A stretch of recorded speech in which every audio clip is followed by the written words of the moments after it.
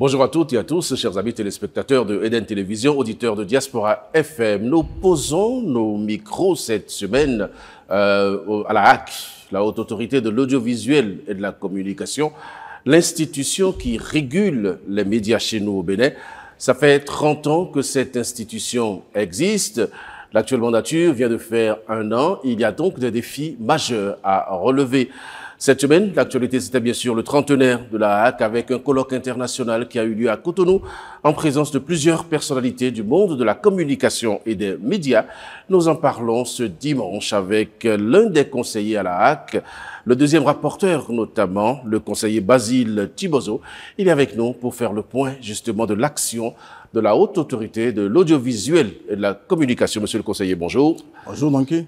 Merci d'avoir accepté notre invitation. C'est un plaisir. Je sais que je vous ai pris à pas de charge puisque vous étiez au colloque international sur justement les nouvelles technologies de l'information et de la communication, la régulation à l'ère des NTIC et de l'intelligence artificielle. Comment est-ce que ce colloque s'est déroulé?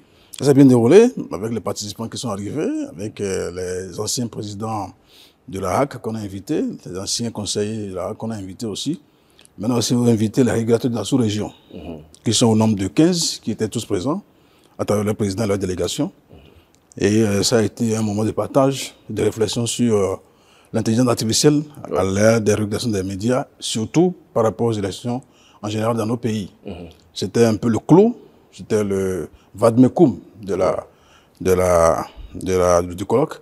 Ça s'est très bien déroulé parce que sur 2 jours, on n'a pas vu le temps passer. Parce que les sujets étaient très intéressants. C'était intéressant parce qu'il y avait une série de thématiques, de sous-thèmes développés par des experts en la matière qui ont élaboré sur l'élément même de l'intelligence artificielle, ses contours, ses dérives et les menaces éventuelles qui guettent les élections dans nos pays. Si les régulateurs des médias dans nos pays ne prennent pas garde, parce que c'est une menace fondamentale, le numérique est déjà une menace, mais c'est doublé aujourd'hui de l'intelligence artificielle.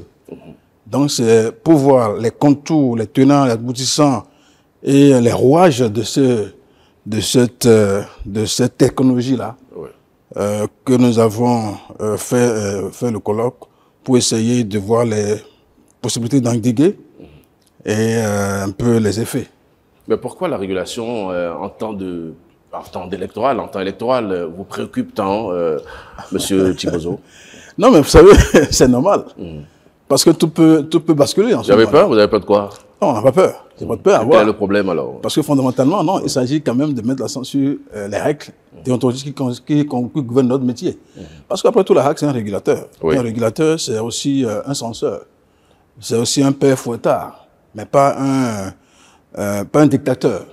Il s'agit de faire plus d'attention pendant la période électorale et d'amener les acteurs des médias à veiller beaucoup plus aux normes déontologiques et éthiques qui gouvernent notre métier.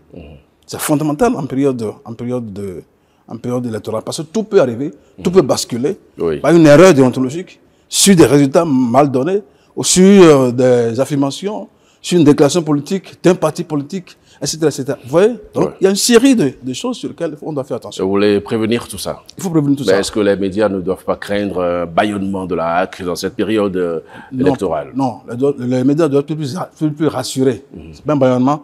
Ils doivent être plus rassurés que la HAC les amène à observer ce qu'ils connaissent déjà, parce que les biais à bas de la corporation sont connus par les uns et les autres. Le reste, c'est le dérive. Le reste, c'est l'éthique qui nous manque. La déontologie, pour la plupart, les gens connaissent leur métier. Mais ce qui est le mal, c'est l'intrusion politique qui infiltre un peu les dispositions mentales de nos confrères et qui parfois aussi prennent, disons, embouchent la tempête politique et basculent du champ de leur profession au champ de la politique et mélangent tout au niveau de la production médiatique. C'est ça le danger. Est-ce que la HAC a les moyens aujourd'hui de réguler vraiment les médias dans cette période? On parle de nouvelles technologies, de l'information, de la communication, on parle même de l'intelligence artificielle. Absolument. Cela suppose des moyens. Est-ce que vous avez les moyens aujourd'hui de réguler tout ça? Ça, il faut l'avouer. Mais le premier moyen, c'est l'homme. Lorsque nous avons les hommes et que nous connaissons un peu comment ça fonctionne la régulation, c'est un peu plus facile. C'est pourquoi il est fondamental que les organes qui ont qualité à exercer dans nos pays soient des organes reconnus, connus par les institutions de régulation, à tel enseigne qu'il serait facile pour eux de leur dire attention, il y a des dérive. C'est ça. Oui. C'est pourquoi au niveau du Bénin, la HAC ne valide les organes et les envoie sur le schéma, sur le terrain des élections, de la couverture médiatique, que les organes qui ont une convention avec la HAC, qui ont un contrat avec la HAC, qui ont avec la HAC. Vous voyez? Oui. Quand vous existez en tant qu'EDEN, en tant que Canal 3, la HAC a la possibilité de vous parler, de dire attention, n'allez pas loin. Mais si vous n'existez pas, vous devenez un pirate. Et un pirate, on peut le contrôler. D'accord. Voilà. Mais on voit que vous avez l'ambition de contrôler même les plateformes numériques comme les Facebook, TikTok. Comment vous pouvez y arriver alors que on voit que c'est un no man's land, visiblement. Non, Internet. oui. Quelqu'un a dit que c'est un objet, c'est une zone déontologique non identifiée. Oui, bien sûr. Ça, c'est vrai. Comment vous gérez ça? Mais on peut le gérer parce que vous savez, dans la loi organique de la HAC, il est dit que la HAC régule tout support de communication de masse. TikTok, WhatsApp et tout le reste étant des vecteurs puissants de communication de masse. Donc, le rôle de la HAC se décuple. C'est vrai que la HAC n'a pas les moyens. Mais cette même loi n'a pas prévu à partir de combien d'abonnés on devient un média de masse. Oui, d'accord. Comment vous faites? Oui, c'est vrai, mais la HAC décide. Lorsque vous êtes à la dérive et que ça devient dangereux, la HAC prend une décision et vous arrête. Et ça, cette fois-ci, au niveau de la HAC, on ne recule pas parce qu'on a pris les dispositions avec les autres institutions. Lesquelles? On a avec la CNIL, avec la CEP, avec le procureur. Et systématiquement, ceux qui ne veulent pas respecter, eh bien, on les confie à cette structure-là pour qu'ils reviennent à la norme. Parce que l'élément nuisible d'une nation ne peut pas continuer par nuire. Il faut l'arrêter. Il faut l'exclure. Il faut l'arrêter. Le pédagogiser et lui parler. Ouais. C'est ça qu'il s'agit. Donc, tous les organes de presse qui sont dans le Gotha médiatique de notre pays doivent savoir qu'au-delà même de ce qu'ils sont des organes de presse, doivent nourrir le souci que ça ne bascule pas dans notre pays pendant les élections. Ça intéresse quoi? Ça interroge le rôle social du journaliste. La responsabilité sociale du journaliste. Ouais. C'est ça. C'est ça qu'on invite tout le monde. Ben, et c'est pour ça qu'on est en train de tabler. Donc, aussi bien les médias en ligne que l'IA, c'est généré par des hommes, non? Exactement. Voilà. C'est pour ça que c'est artificiel. Voilà, c'est artificiel. Oui. Mais l'homme ne peut jamais être en dehors de toute activité, puisque c'est l'homme qui a généré ça. Donc, l'homme est capable d'être vu quelque part et d'être appréhendé, pas appréhendé, apprécié. Vous voyez. Est-ce que ce n'est pas des menaces à peine voilées, ça? Quand on écoute, on a le sentiment que vous devenez menaçant par rapport à tous ceux qui produisent quelque chose. C'est une impression, donc là. Oui. C'est une impression, ce n'est qu'une gentille allusion à ce que nous devons tout faire pour que ça ne bascule pas. D'accord. Voilà. Mais ceux qui ne sont pas sur le territoire national, comment vous arrivez à les identifier? Parce que, comme je vous ai dit, Internet, c'est un no man's land. Oui. Vous voulez contrôler sur le territoire national, mais aujourd'hui, il est possible d'opérer sans être dans le pays. Comment vous faites alors pour régler ce type de questions? Oui, pour ceux qui, de l'extérieur, ont ces comportements-là, je crois que de l'extérieur, ils agissent sur l'intérieur, sur les canaux intérieurs. On commence par réguler ceux qui sont les vecteurs de ce canal intérieur. À l'intérieur. À l'intérieur, là. Et puis pour les autres, là, je crois qu'il y a des conventions. Il y a des conventions internationales, il y a des mécanismes. C'est vrai que les trucs comme les Facebook et autres, là, ils sont regardants par la liberté de la presse. C'est vrai que lorsque quelqu'un est sur Facebook et fait un peu ce qu'il fait, je crois que c'est difficile de les raisonner. Mais de plus en plus, il y a la possibilité, en lien avec la CNIL et ACEP, d'agir sur ceux qui font la diffusion, ceux qui font la publication de ces fausses nouvelles-là, de la désinformation, de ces fake news, de l'intox, etc. etc. Donc, pour nous, on a estimé que, étant du métier, connaissant le métier, étant des baroudeurs en griffe du métier, nous pouvons quand même parler à nos pairs et leur dire de ne pas aller trop loin. Parce que, voilà.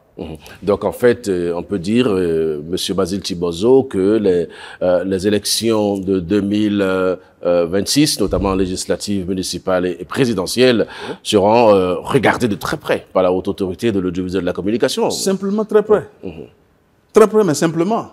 Comment, simplement? Très plaît. Parce que là, vous semblez mettre tout ce qu'il y a comme garde-fou pour qu'on n'aille pas dans les dérives. Oui, absolument. Parce que la dérive n'est pas souhaitée. Oui. Donc là, toi et moi, je suis d'accord pour qu'on n'ait pas en dérive. Bien sûr. Et c'est pas sur nous. C'était mandature qui est en dérive.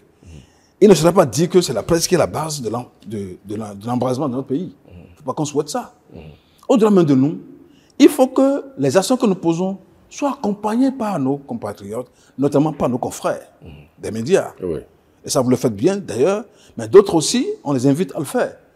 Parce qu'on ne gagne rien du tout à ce que le pays s'embrase, se disloque, parce qu'on n'a qu'un seul pays, hein. D'accord. On n'a qu'une seule nation. Mais est-ce que vous n'avez Moi, pas j'ai un seul passeport, tu en as un autre? Non, un seul, le seul.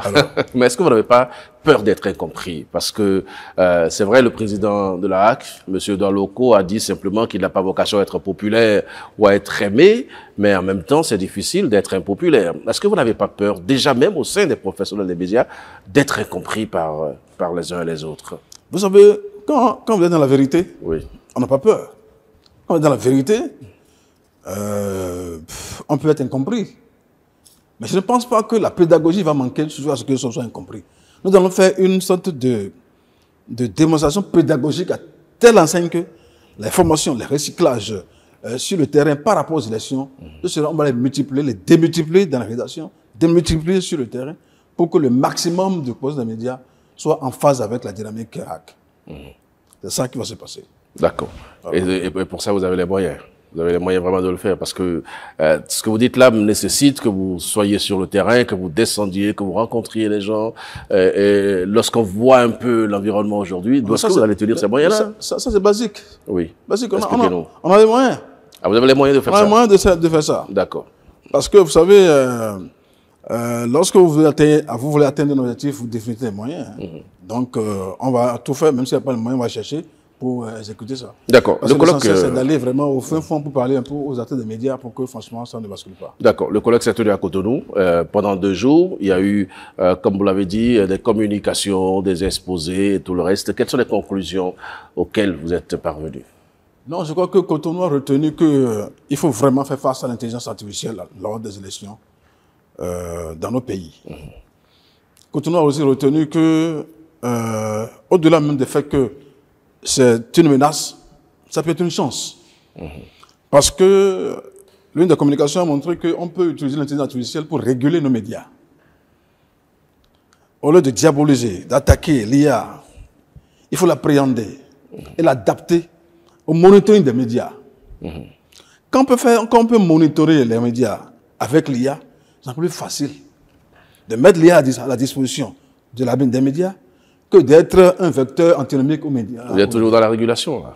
Toujours dans la régulation. Toujours dans la régulation. Mais vous savez non, que, oui, quand on parle de monitoring, il s'agit de quoi? De faire attention aux règles déontologiques qui gouvernent notre métier, à travers vos productions, à travers les productions médias, à travers les diffusions, à travers les écrits, etc., etc.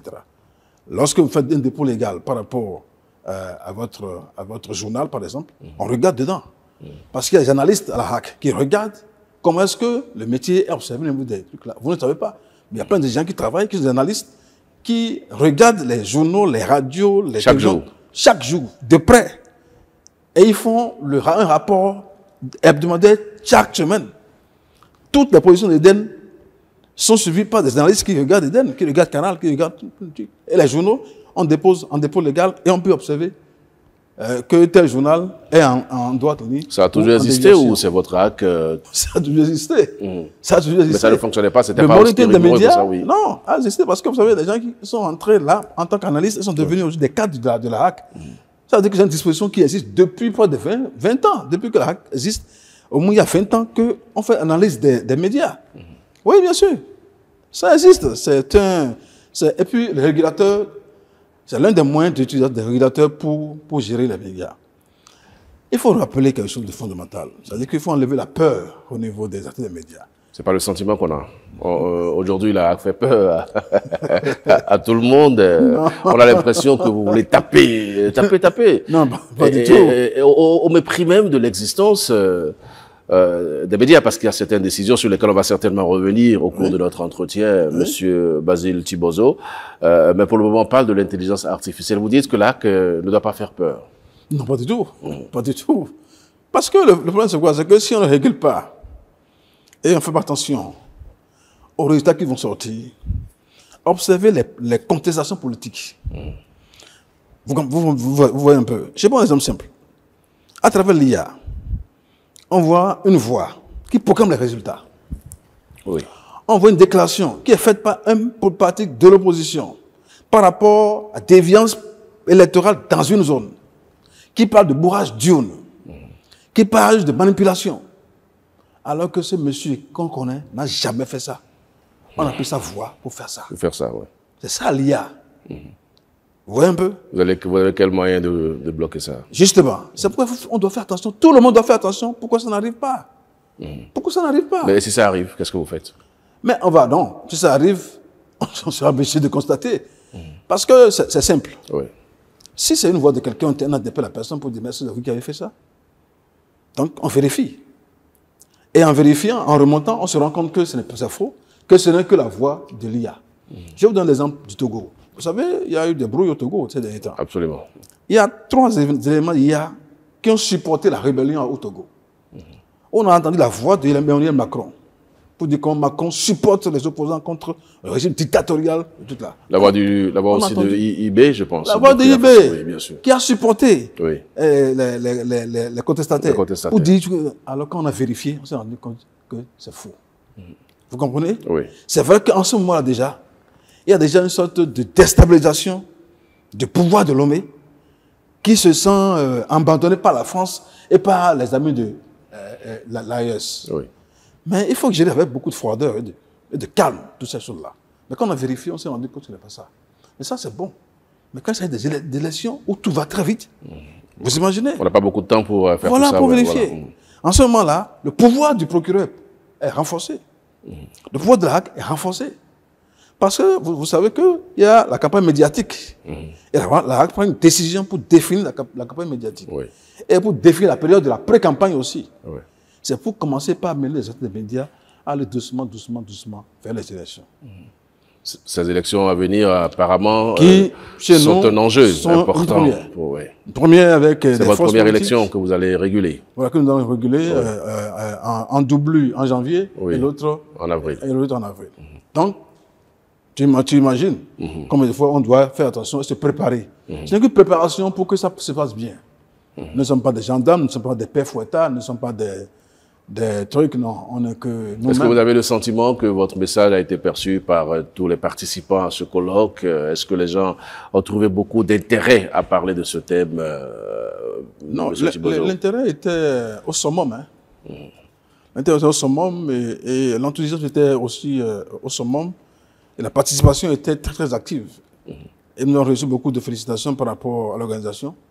Et les gens ne voulaient même plus partir parce qu'ils ont aussi aimé l'accueil et l'hospitalité qu'ils se disent, mais attends, qu'est-ce qui se passe? Bref, ça a été bon.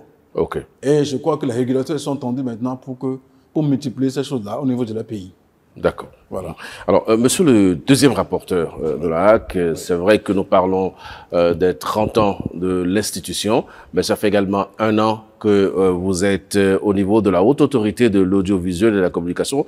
Comme je l'ai dit tout à l'heure, on a le sentiment que cette HAC est différente des autres. Cette HAC, comme le président l'a dit, veut remettre l'église au cœur du village, comme on l'a entendu.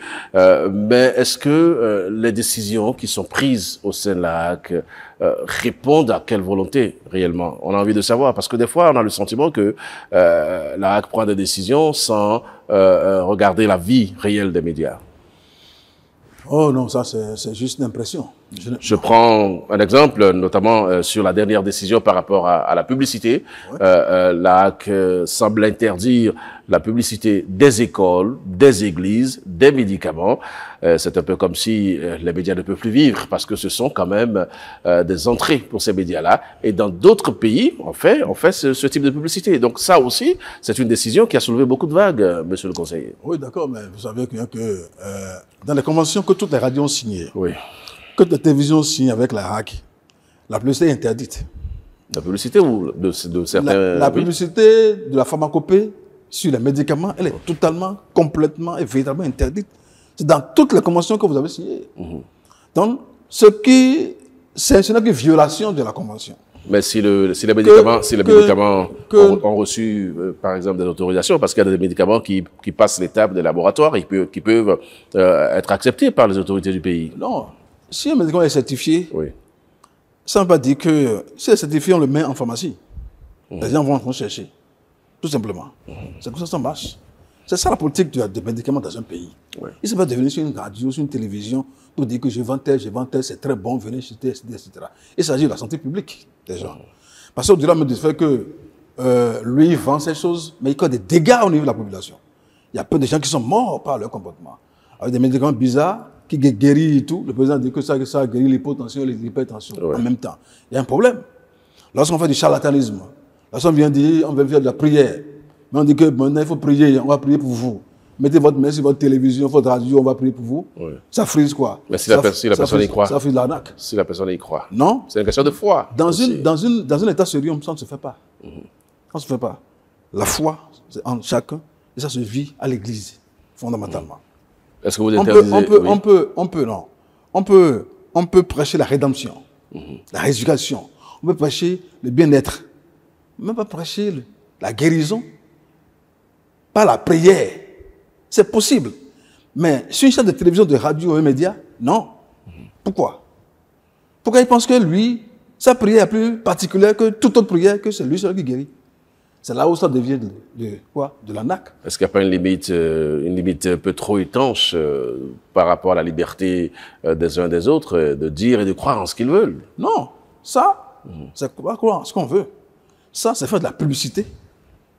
Et ça, c'est pas religieux. La manipulation religieuse, la manipulation de masse pour vendre. Mais vous acceptez les prêches au moins? Absolument. Les prêches, oui. La radio islamique existe, non? Radio Maranatha existe. Radio Alléluia FM existe. On n'a pas interdit ça. Vous voyez? Mais quand quelqu'un, un traditionnel, un thérapeute vient sur Eden TV et dit, bon, écoute, je fais un contrat avec vous et je veux parler de médicaments, bon, vous savez, tout peut aller. Même s'il amène un truc qui est certifié par les instances. Mais est-ce que vous, Eden TV, vous êtes sûr de la qualité de ce qu'il amène? Si les gens viennent payer, il y a des problèmes d'intoxication, des problèmes de santé majeurs, vous allez en répondre. C'est pour prévenir même les radios, les télévisions et les aides des médias que la HAC fait de la prévention. C'est pas mal de tout faire. Et puis, comme je l'ai dit, ça relève de la convention que vous avez signée. Et c'est clair là-dedans. Mais on voit des pays dans lesquels on fait la publicité de CAC1000, de Viagra même et tout ça, sur des grandes chaînes. Monsieur Chibozo, ça n'a jamais tué personne, ça? Non. Ça, c'est vous qui le dites. C'est vous qui le dites. Mais on n'a pas refusé la publicité sur ces chaînes-là. Non, c'est pas ça. Pourquoi au Bénin, ici, on pense qu'on doit interdire non. Ça. Vous savez, quand vous prenez par exemple, est-ce que vous voyez les pharmacies faire de la publicité? Non. Or, par définition scientifiquement de façon cartésienne, c'est eux-mêmes qui doivent faire de la publicité. Mais il faut faire de la publicité. La publicité des médicaments, c'est différent de la firme qui fait de la publicité. C'est ça que je vais faire. Il faut remarquer. Ça, c'est les firmes qui font la publicité, mais pas les pharmacies. C'est ça, en fait. Si la sémie est bon, tel est bon, tel est bon. C'est les firmes, les grandes firmes qui font. Mais ça, votre décision n'interdit pas ça ici. C'est possible que les firmes fassent la pub ici, au Bénin? Non. Ça, ça relève des trucs là, des dispositions en ce qui concerne le ministère de la Santé, à travers la direction de la pharmacopée. Non, direction de la pharmacie. De la pharmacie. Oui, qui veille à tout ça. D'accord. Oui, c'est clair. C'est parce que peut-être la législation là-bas a accepté que les principes actifs sont de mise et qu'ils peuvent faire. Mais non, ce n'est pas évident. Et ce qui est bon là-bas n'est pas forcément bon pour nous. On n'est plus en colonisation. On est un État indépendant, on peut apprécier. Ce qui est bon là-bas, on peut rejeter ici, de façon souveraine. Mais quand vous interdisez aussi la publicité des écoles, est-ce qu'il n'y a pas un problème, Monsieur Basile Chibozo, parce que les écoles ont été régulièrement autorisées, les écoles publient les résultats de fin d'année, les écoles montrent leurs performances et font de la pub pour demander aux parents de venir inscrire leurs enfants. Qu'est-ce qui vous gêne dans ça? Non, ce qui est gênant dans ça, c'est le faux qu'il y a dans ces résultats-là. C'est tout. Les résultats sont connus de tout le monde. Pourquoi vous pensez que c'est faux? Si c'est connu, de tout le monde, pourquoi on fait de la publicité? Pour dire ce qu'on a fait. La publicité, c'est pour faire connaître ce qui... Non, mais si c'est connu, pourquoi est-ce qu'on fait la publicité? C'est connu. Telle école a fait 100%, 200%, 400%, ou même 800%.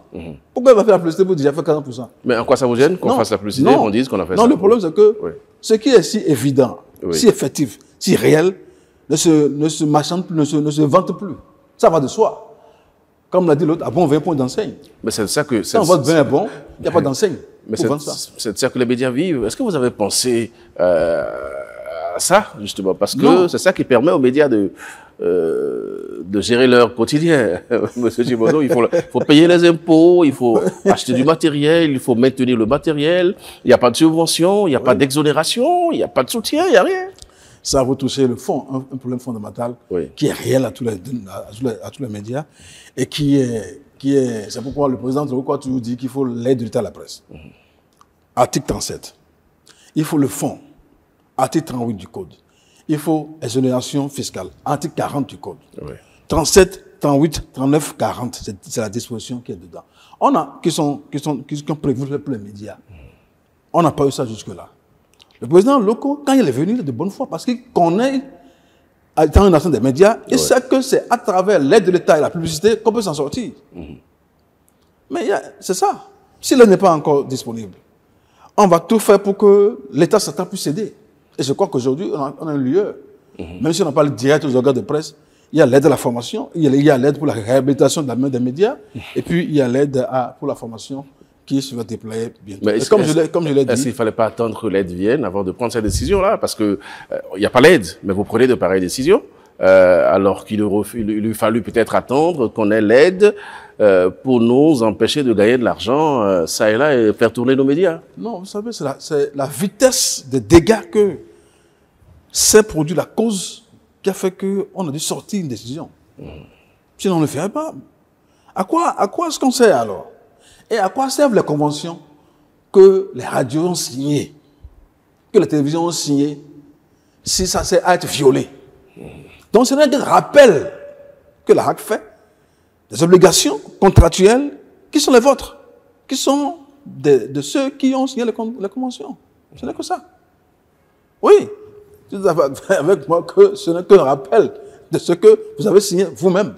D'accord. Voilà. Mais finalement, alors, l'aide de l'État à la presse va venir quand? Parce que tout le monde attend ça. Vraiment, est-ce que ça a avancé? Aussi attend ça. Bien sûr. Ben oui, bien sûr, parce que l'aide de l'État nous permet de souffler un tout petit peu. Fondamentalement, je crois que... Vous savez, nous, on est venu il y a 1 an. Et on a déclenché le lobbying par rapport à ça. Si on était là il y a 2 ou 3 ans, je crois que ça, on aurait déjà eu ça. Parce qu'on a compris qu'il y a beaucoup d'incompréhension au niveau des États centrales par rapport à cette aide-là. Donc le bon discours n'a pas été servi. La bonne argumentation n'a pas été faite. Le bon discours, c'est lequel? La bonne démonstration n'a pas été faite. À qui? À l'autorité qui doit mettre à disposition? Oui, bien sûr. Donc vous voulez dire que vos prédécesseurs n'ont pas pris cela à cœur? C'est-à-dire que, vous savez que le pouvoir central que nous avons aujourd'hui, le gouvernement, la gouvernance du président Talon, est une gouvernance qui met l'accent sur la rationalité et la démonstration de l'effectivité et de l'évidence. Lorsque on convainc le gouvernement par des arguments techniques qu'il faut, il cède. C'est ça qui a manqué. Et vous avez ça maintenant? On a ça. On a même plus que ça. Ah bon? Ah oui. Est-ce qu'on peut lever un coin de voile? C'est pourquoi, en 1 an, déjà, on a déjà le hockey du gouvernement par rapport à la main des médias qui sera rasée, qui sera réhabilitée. Et les formations qui seront déployées, surtout au niveau des formations in situ dans les rédactions. C'est pourquoi je vous dis, on va pas que toutes les rédactions, pour former les gens sur le tas. Parce que quand on se déplace, on se rend compte qu'il y a beaucoup d'acteurs qui rentrent au niveau des régions, mais qui sont des bonnets blancs dans le métier, ils ne connaissent rien du tout. Ils ne comprennent pas grand-chose. Ils font des dégâts au niveau de nos communautés. En train de micro, ils font des directs, ils font des émissions d'appel. Des lives. Ils font des émissions de grogne, sans maîtriser la matière. Et c'est surtout ça. Donc là, vous êtes d'accord avec moi que beaucoup de choses se passent au niveau des grognes. Des émissions, des plateaux difficiles. Vous voyez ce que je veux dire? C'est ça. Donc vous voulez interdire prochainement tout ça? Est-ce qu'il a dit ça? Je n'ai pas dit ça. Non, c'est une question que je vous pose. Ça veut dire que vous voulez interdire prochainement tout ça? Non. Finalement... nous allons amener les gens fait attention à tout ça. Pourquoi j'ai parlé de formation, c'est tout. C'est pour amener les gens pour dire, si tu fais une émission de direct là, voici les normes, voici la technique, voici ce que tu dois faire. Quand tu reçois quelqu'un qui veut parler, il faut d'abord prendre la personne d'abord n'importe. Vous voulez parler de quoi? Avant de passer en direct. Mais si vous laissez, et que directement il vient, il dit que oui, qu'il a remarqué que la SBE a pris feu, et que vraiment il appelle pour ça, vous devez faire quoi? C'est la lettre du direct, ça. Pas confier une émission comme ça à quelqu'un qui ne comprend pas la matière. Donc il faut aller former les gens par rapport à ça. Si lui déclare que oui, que selon ces estimations, il estime que c'est telle partie qui gagne les élections, qu'est-ce que vous voulez faire contre ça? Vous ne pouvez pas. Les gens vont croire. Vous savez que ici, un 3 mai, non, un 1er avril, il y a quelqu'un qui, sur Radio Parakou, précisément, a dit que les cas sont disponibles gratuitement au niveau de Radio Parakou. C'était un poisson d'avril. C'était un poisson d'avril. Regardez, oui. Mais il a osé faire ça. Si vous voyez le monde qu'il y avait déjà devant le siège de Radio Parakou, de Fraternité Parakou, c'était total. Et à midi, les gars disent non, c'est poisson d'avril. Ça fait partie du jeu. Les gens veulent le lyncher. Il a fallu l'intervention de la police et autres là pour réguler les gens. Vous voyez un peu. Oui. Vous voyez un peu. Mais bon, à supposer que les gens, un coup de pierre soit balancé dans les vitres et que les gens s'indient, ça peut arriver. Donc voilà un peu tout ça. Donc il y a, au-delà de ce que nous faisons, il faut un appel fondamental au métier, quoi. Franchement. À la déontologie, aux normes techniques et déontologiques que nous connaissons du métier. Ça, c'est rien du tout. Lui qui a fait ça, il a fait ça pourquoi? Parce que c'est la mode. C'est le 1er avril, voilà, les gens sont censés savoir et tout ça. Est-ce qu'on doit faire le 1er avril une radio? Mais le président de l'ARAC a dit notamment que l'aide de l'État n'ira plus dans les poches de particuliers. C'était le cas avant? Moi, je n'en sais rien. Si ce n'était pas le cas, s'il n'y a pas eu un constat, pourquoi il dirait alors que désormais, ça n'irait plus dans les poches de particuliers? Non, l'aide a toujours été dans la poche de qui? Des organes de presse. Mais alors pourquoi le président a-t-il eu besoin de le dire? Parce que certainement que vous avez fait un constat sur l'usage de l'aide. C'était l'ironie. Vous le connaissez bien, c'est un homme d'humour, d'ironie. Il fait beaucoup de métaphores. Sur des choses aussi sérieuses? C'était métaphore, c'était métaphorique. Pas dans les poches, mais dans les organes. C'est un processus que tu connais très bien. Pour avoir l'aide, il faut exister, il faut justifier de parution, il faut justifier d'attention fiscale, etc., etc. Il faut tout ça. C'est l'usage qu'on en fait après qui pose problème. Voilà. Mais l'aide dans son attribution n'a jamais été facile. L'aide directe et la qualité n'ont jamais été faciles. C'est un processus difficile. Et voilà. Monsieur le deuxième rapporteur de la Haute Autorité de l'audiovisuel et de la communication, il y a un sujet très important qui préoccupe les promoteurs de médias, notamment des télévisions. Il s'agit de la TNT, la télévision numérique terrestre. C'est vrai que le dispositif est en cours, mais de plus en plus, les promoteurs se plaignent de la non-disponibilité des décodeurs. Est-ce que l'ARAC est informé de cette situation? Totalement, et vous avez raison. Parce qu'on est venu en faire le constat que la TNT qui a coûté 33 milliards à l'État béninois ne fonctionne pas. On a fait le constat que c'est un dispositif, c'est un outil qui, au lieu de faire booster un peu les médias au plan satellitaire, ne nous aide pas. Ouais. On a fait le constat que les décodeurs pour aller sur la TNT n'existent pas, ou existent peu, ou existent dans les mairies. Donc il n'y a aucune disposition commerciale pour mettre les trucs là, pour amener les gens à payer. Et ce qui existe même n'est pas de bonne qualité. Ce qui existe, les techniciens peuvent vous le témoigner. Alors, on a fait un diagnostic rapidement, on a décidé de changer les choses. Et ça, on ne s'est pas changé. Qu'est-ce qui a changé? D'abord, on a nettoyé le multiplex. On a sorti le multiplex de toute la télévision qui ne fonctionne plus. Les décisions ont été prises pour sortir les AgriTV, les Malais TV, etc. etc. Donc, on a laissé les chaînes qui sont encore fonctionnelles. L'autre problème, fondamentalement, c'est les éléments de convention contractuelle entre la HAC, mais entre les éditeurs que vous êtes et Bénin Diffusion. Oui, le contrat. Voilà, le contrat Bénin Diffusion, etc., qui est d'un montant qui n'est pas simple. Qui n'est pas simple, et ça, il faut l'avouer. 78 millions de francs CFA à peu près pour une année, c'est énorme. C'est énorme. Dans un contexte où il n'y a pas de publicité, dans un contexte là, c'est énorme. Ce sont les éléments qui ont freiné un peu la TNT. Sinon, au Sénégal et partout, Mais toutes les chaînes sont sur TNT. Moi, j'ai été là-bas en mission, mais c'est extraordinaire. C'est d'une fluidité absolue et tout le monde a accès au TNT. Ouais, donc, mais l'autre chose, l'autre proche, c'est que les promoteurs ne comprennent pas pourquoi sur la TNT, qui est supposée faire la promotion des chaînes nationales, on y retrouve des chaînes internationales. Non, c'est vrai, mais vous savez que si on enlève les chaînes internationales, c'est que la TNT est morte. Comment? Pourquoi? La TNT, c'est d'abord pour... Parce que oui. Ceux qui sont sur la TNT aujourd'hui n'ont pas de production réelle pour impacter, pour capter l'électorat. Qu'est-ce qui vous fait dire pour ça? Pour capter l'auditoire, l'audimat. Qu'est-ce qui vous fait dire ça? Qu'est-ce qui vous fait dire qu'il n'y a pas de production pour capter? C'est le constat qui a été fait. La preuve. Oui. Combien de Béninois vont sur la TNT? C'est ça le problème. C'est pour ça qu'il faut faire la promotion dans la TNT, monsieur le conseiller. Oui, c'est pas nous. Faut pas, oui, ça ne vient pas de nous, non? D'accord. Pas du tout. C'est pas nous. La HAC, c'est une institution qui régule, mais qui donne seulement l'autorisation. Le reste, ce n'est plus nous. C'est bien diffusion, la SBIN qui s'en charge. Oui. Voyez-vous? Donc, je crois que les réclamations, les revendications des éditeurs doivent aller à ces deux niveaux-là. Nous, on peut faire l'arbitrage. Mais c'est beaucoup plus fondamentalement bien diffusion et la SBIN qui sont ceux qui sont en charge de la mise en place technique et autres là des choses. Parce que c'est SBIN qui vient disposer les équipements sur ceux qui ont été autorisés. Mais la HAC peut faire un plaidoyer. La HAC, vous êtes là, c'est vrai, pour réguler, mais en même temps, vous pouvez servir... et c'est ça que j'ai dit, absolument. Parce que, vous savez, le modèle sénégalais aussi peut nous servir. Oui. Le modèle sénégalais, c'est que ça inclut que pour les éditeurs qui payent, c'est-à-dire il y a un moratoire sur une période donnée, avant qu'ils ne comptent pas payer réellement. Ça a manqué ici.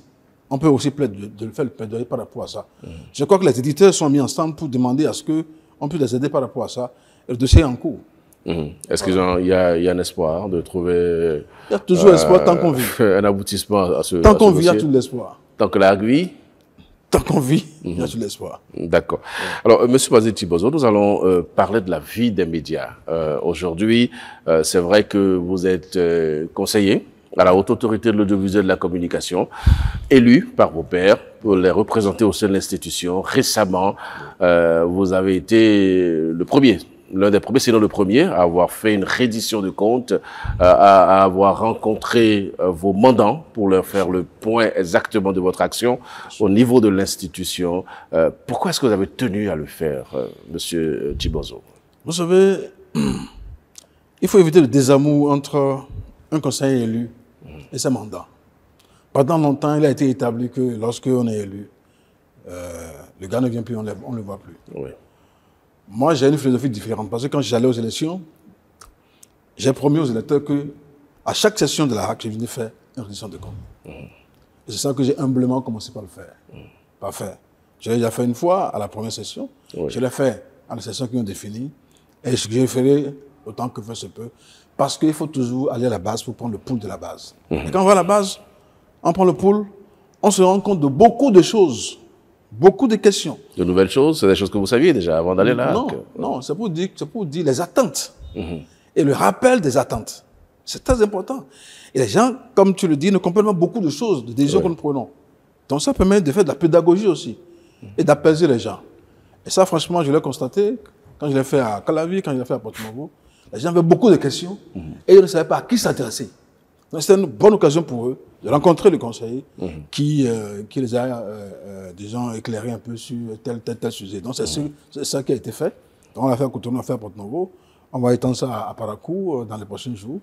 Et ça va continuer tout le temps. Mais quand vous le faites vous seul au sein de l'institution de plusieurs membres, quel sentiment ça donne? Est-ce que quand vous revenez à vos séances plénières, les autres conseillers vous regardent comment? Non, moi, je sais pas. Ils se disent, lui, bon, qu'est-ce qu'il veut nous apprendre? Pourquoi il veut être particulier? Pourquoi? Vous n'avez pas le sentiment? Non, pas du tout. Pas du tout. Parce que, non, au contraire, moi, je suis félicité. Hein. Il me félicite parce que, bon, vous savez, c'est sur fonds propres que je le fais. C'est pas l'institution qui met l'édition à ma disposition, non. Parce que c'est sur forme que moi je suis venu à la HAC. J'ai été élu par les pairs. Par les pairs, oui. Ma légitimité, je le détiens de la base. Et non de mes collègues. Oui. Donc, je crois qu'eux aussi doivent s'apprêter, ceux qui ont été élus, à aller sur le terrain, les techniciens et l'audiovisuel, pour aller parler. Je crois que soit ils le font de façon déjà diffuse, ou en catimini, ou alors ils le feront certainement Parce que c'est important d'aller parler quand même, pour aller partager un peu les peines que vivent nos amis hein, par rapport à ce que ils ont. Parce que après tout, quand je me prends, qui suis-je pour aller à la HAC? Je suis qu'un simple mortel, un simple professionnel. J'ai un parcours. Mais d'autres ont des parcours aussi. Et pourtant, c'est moi qui ai été pris. D'accord. Donc, c'est une démarche d'immunité. Et ça, franchement, vous savez, moi, je suis de tout temps. Vous savez que j'ai été président CNPA, j'ai été toujours dans les associations. Oui, vous avez fait tout le parcours. Donc, on connaît, c'est notre monde, ça.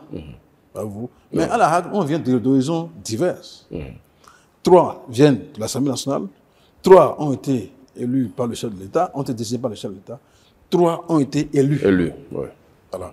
Donc, pour nous, les élus, notre base. C'est ça, justement. Et c'est ce que vous faites, monsieur le conseiller. Ça ne vous empêche pas.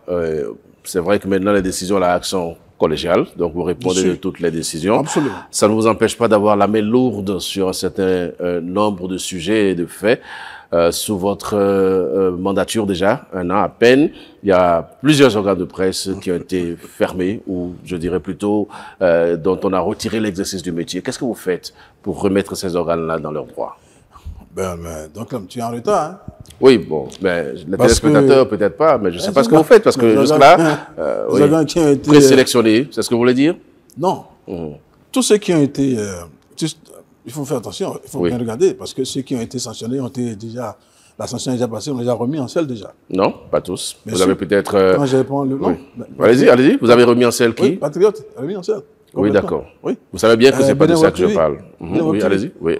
Et les autres? Non, les autres, non. Vous savez, c'est 2 choses différentes. Allez-y, expliquez-nous maintenant. Parce que les autres n'ont pas une existence légale, en fait. Une différence qu'il faut établir. C'est l'occasion pour en parler. Voilà, justement, parce que les autres ne peuvent pas être régularisés parce que déjà, dans le fond, ontologiquement, il n'y a pas d'existence légale. Donc, ils ont failli déjà à ce niveau-là. Donc, ceux qui ont été rétablis sont ceux qui ont l'existence légale. Déjà. D'accord. Donc, qui ont la possibilité d'être absous. Et ça a été fait. Web TV et le Patriote. Mais TikTok, Madame Actu, c'est un peu ça. Reporter Monde. Au départ, il n'avait pas la carte de presse, à cause des professionnels que nous connaissons, et ils n'ont pas d'existence légale par rapport à leur parution. Mais regardez la densité de leur chaîne. Regardez ce qu'ils embrassent comme audimat, comme auditoire. Est-ce que c'est normal qu'il n'existe pas, qu'il n'ait pas une existence légale? Il y a un problème. Est-ce que vous les avez relancés plusieurs fois déjà avant de passer à la suspension? Je vais faire une confidence. Allez-y. Avant que la HAC ne sanctionne, il y a au moins 5 à 6 niveaux de pédagogie qu'on fait. Vous avez respecté tout ça? Lesquels? La HAC ne sanctionne jamais. Lorsque vous venez à la HAC, on fait une autosaisie par rapport à votre production. On vous le notifie. On vous demande de venir justifier pourquoi vous avez dit tant. Et on vous demande de rectifier. Mais nos amis n'ont pas fait tout ça. Vous avez demandé tout ça. Et tout ça. Ils se sont abstenus de le faire. Tout ça. C'est moi qui vous parle. Dans ces conditions, quand vous voulez, on prend la décision. Je n'ai pas un Web TV. Je ne travaille au compte que de dérivation, puisqu'il est remis en scène. Absolument. Lorsqu'il a fait ces publications, qui sont hautement mensongères, qui sont hautement diffamatoires et attentatoires même à la personne du président. Quand on l'a invité en audience publique, mais il était jupitérien. Devant nous, aucune excuse, aucune humilité. Il défendait le faux, comme ce n'est pas permis.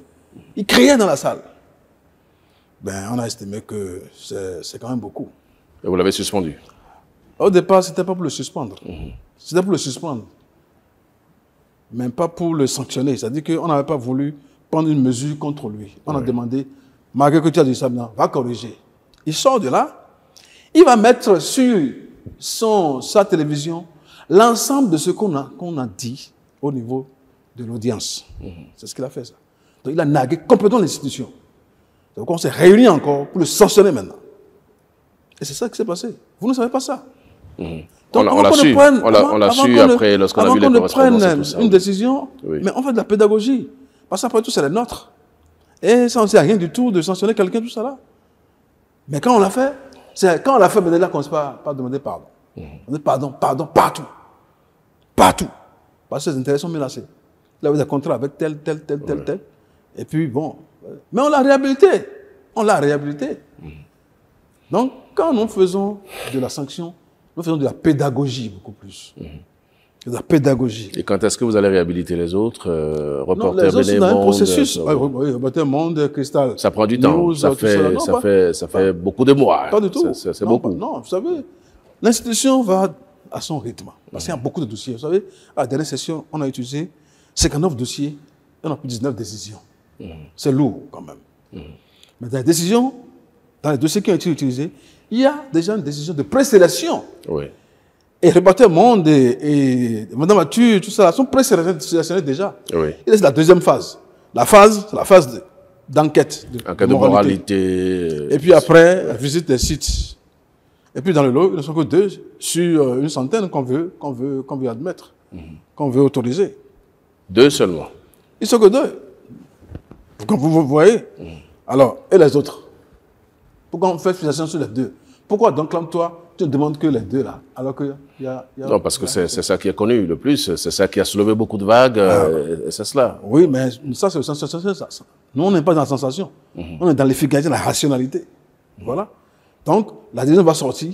Après toutes ces analyses-là et ces vérifications de moralité, tout ça, on va prendre une décision. À quel moment à peu près? Vous avez une idée? Parce que... Oh non, ça va pas durer. Ça va aller très vite. Avant les élections, au moins? Oui, bon, enfin, ça va aller très vite. Parce qu'ils ont besoin de fonctionner normalement. Et vous le savez mieux que quiconque d'ailleurs, Monsieur Basile Thibodeau. C'est vrai que sur le cas que je vais évoquer, ce n'était pas vous, mais l'État étant une continuité, vous gérez certainement le dossier du groupe de presse La Gazette du Golfe. On en parle largement. Très difficile pour nous de vous avoir ici sans en parler. Donc, je suppose que ce dossier également attire votre attention, monsieur le conseiller. Oui, ben je crois qu'on est dessus. Je crois que d'ici là, quelque chose doit être fait en ce qui concerne le groupe de presse La Gazette du Golfe. Un espoir que l'organe de presse J'ai toujours dit que tant qu'on vit, il y a de l'espoir. Il faut toujours espérer. Il faut toujours espérer. Parce que c'est nos confrères quand même. Hein. D'accord. Et puis, c'est Gazette du Golfe, hein, c'est le tout premier groupe de ce pays. Oui. On ne peut pas ne pas s'en occuper et s'en préoccuper. D'accord. Oui. Vous êtes là pour quelques années. C'est vrai que là, vient de faire 30 ans. Quelle est la suite maintenant, monsieur Basile Thibodeau? Quels sont les chantiers les plus urgents sur les 4 années à venir au niveau de la haute autorité de l'audiovisuel et de la communication? Je crois se battre pour que l'aide d'État soit une réalité. Oui. Se battre pour que les formations reviennent un peu. Se battre pour qu'on ait des outils de monitoring beaucoup plus sophistiqués, c'est-à-dire des outils modernes de monitoring des organes de presse. Avoir la possibilité de demander aux législateurs de pouvoir avoir la possibilité de prendre des décisions en ce qui concerne l'intelligence artificielle. Donc, voilà un peu autant de chantiers qui nous attendent.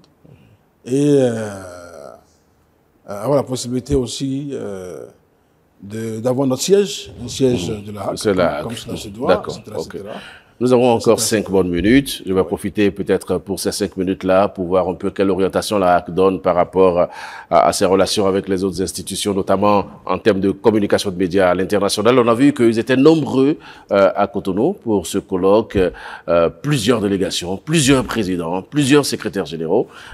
Comment vous expliquez cet engouement-là que la HAC du Bénin projette sur le plan africain, sur le plan international? C'est le sérieux. C'est-à-dire parce qu'on a vu quand même beaucoup de présidents d'institutions qui étaient là, ils étaient nombreux. C'est le management nouveau que le président Loko a imprimé à la HAC. Vous savez, le président Loko, quand il est venu, il a fait le tour des institutions au plan national. Mais au niveau de RIAC, qui est l'instance de régulation de l'Afrique, il a été présent à tous les rendez-vous. Mais depuis là-bas, tout est suivi. Donc on a vu la manière dont le management a changé au niveau de la HAC. Et ça devait être séduisant. Alors les gens sont venus alors ici pour, au-delà même du colloque et de sa thématique principale, ils voulaient savoir comment est-ce que nous faisons par rapport à tel. Comment est-ce que nous faisons? Comment ça marche? Quelle est notre magie? Quel est notre truc là? Donc tout ça. Donc les conseillers ici et là, en B2B, ont échangé avec eux par rapport à ça. Donc l'intérêt de venir ici et doubler pas ce désir-là de savoir comment ça marche. Ça prouve tout simplement que, eh bien, il y a un nouveau management.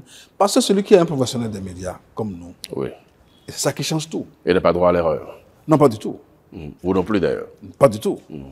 Et vous savez que vous... Et c'est la première AC au cours de laquelle il y a le plus, on a le plus de professionnels de médias. Ah, absolument. Et je vous assure que l'autre chose, c'est qu'on a l'accompagnement des cadres. Parce que le président Leco a décidé de mettre fin à tout ce qui est, disons, à tout ce qui est injustice dans la maison. Donc il y a beaucoup plus de participation des cadres. Avant, par exemple, au niveau des plénières, les cadres ne venaient pas. Le président Leco a décidé que tous les cadres viennent maintenant pour nous éclairer sur les dossiers. Et ça, c'est parfaitement une bonne chose. Aujourd'hui, il faut sur les trucs, les intérêts, autres là, le président a demandé à ce que ce qui revient à Paul aille à Paul.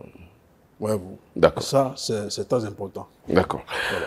Nous allons conclure notre entretien, monsieur le deuxième rapporteur de la Haute Autorité de l'Audiovisuel et de la Communication. Je rappelle rapidement que c'est cet entretien dans le cadre du trentenaire de la HAC.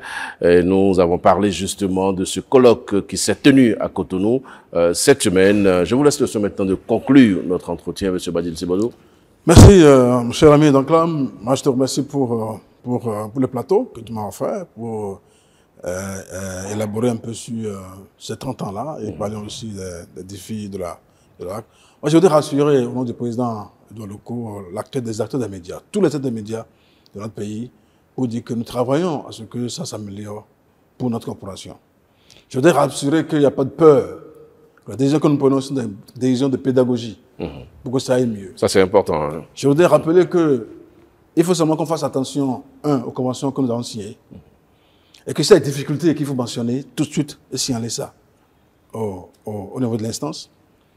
Et rassurer que la BAC ne chavirera pas dans nos petites mains, parce que Dieu, je crois, est avec nous, pour qu'ensemble on puisse essayer à la fin de notre mandat, avoir la possibilité de dire, bon, nous avons eu telle grande chose. C'est un peu le message que je vais lancer. Et souhaiter et demander aux des médias que l'espoir est permis et que l'avenir est prometteur. D'accord. Qu'il ne faut jamais relâcher. Voilà. C'est sur ces mots du conseiller Basile Thibodeau que nous remercions d'avoir accepté notre invitation. C'est vrai que, comme je l'ai dit, on vous a pris à pas de charge rapidement. Vous sortez des travaux du colloque. Vous avez accepté notre invitation. Avec vous, nous avons mieux compris un certain nombre de décisions, mieux compris un certain nombre d'orientations. Vous nous avez donné quelques éclaircissements sur l'aide de l'État à la presse et sur la vision de la HAC pour les prochaines années. Chers amis téléspectateurs, amis de la presse, professionnels des médias, j'espère que cette émission vous a permis d'en savoir un peu plus sur l'actualité de la Haute Autorité de l'Audiovisuel et de la Communication. Je vous dis merci beaucoup. Quant à moi également, je vous propose de nous retrouver dimanche prochain, toujours sur Eden Télévision et Diaspora FM, pour un autre entretien, pour d'autres sujets, pour d'autres centres d'intérêt. Pour le moment, je vous souhaite un très bon appétit. Merci à chacun et à tous et à dimanche prochain.